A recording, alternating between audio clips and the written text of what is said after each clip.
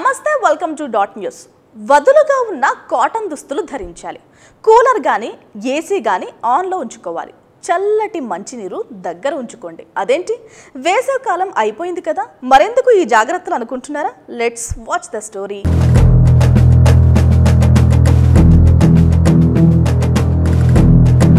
టెన్షన్తో ఊపిరి బిగబట్టిన వేళ క్షణక్షణానికి ఆధిక్యం మారుతున్న తరుణంలో మునివేళ్లపై నిలబడి ఏం జరుగుతుందో అని ఆతృతగా ఎదురు చూస్తుంటే ఆ కిక్కే వేరు కదా.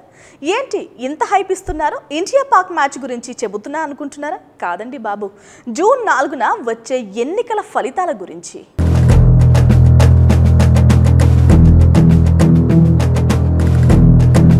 ఇప్పటికే పోలింగ్ రోజున తాడిపత్రి, తిరుపతి, పల్నాడు ప్రాంతాలలో జరిగిన హింస అంతా ఇంత కాదు.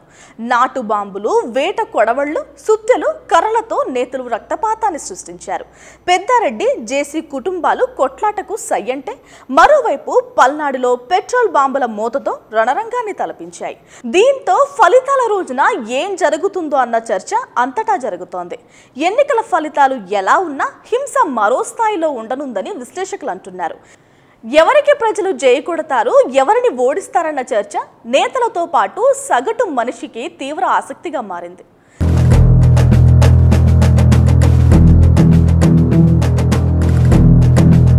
తాజాగా ఈ ఉత్కంఠను భరించలేక కొందరు ఏకంగా డాక్టర్ల వద్దకు పరుగులు పెడుతున్నారట. అట్లుంది మరి ఏపీ రాజకీయాలంటే అంటూ పలువురు చమక్కులు విసురుకుంటున్నారు. అందుకే సైకాలజీ నిపుణులు జూన్ 4ను తీసుకోవాల్సిన జాగ్రత్తలపై పలు సూచనలు, సలహాలు ఇస్తున్నారు.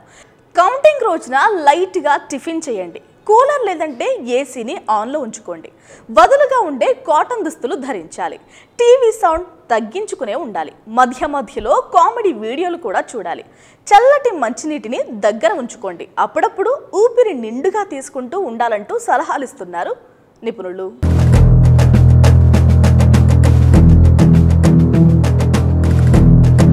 Please subscribe Dot News.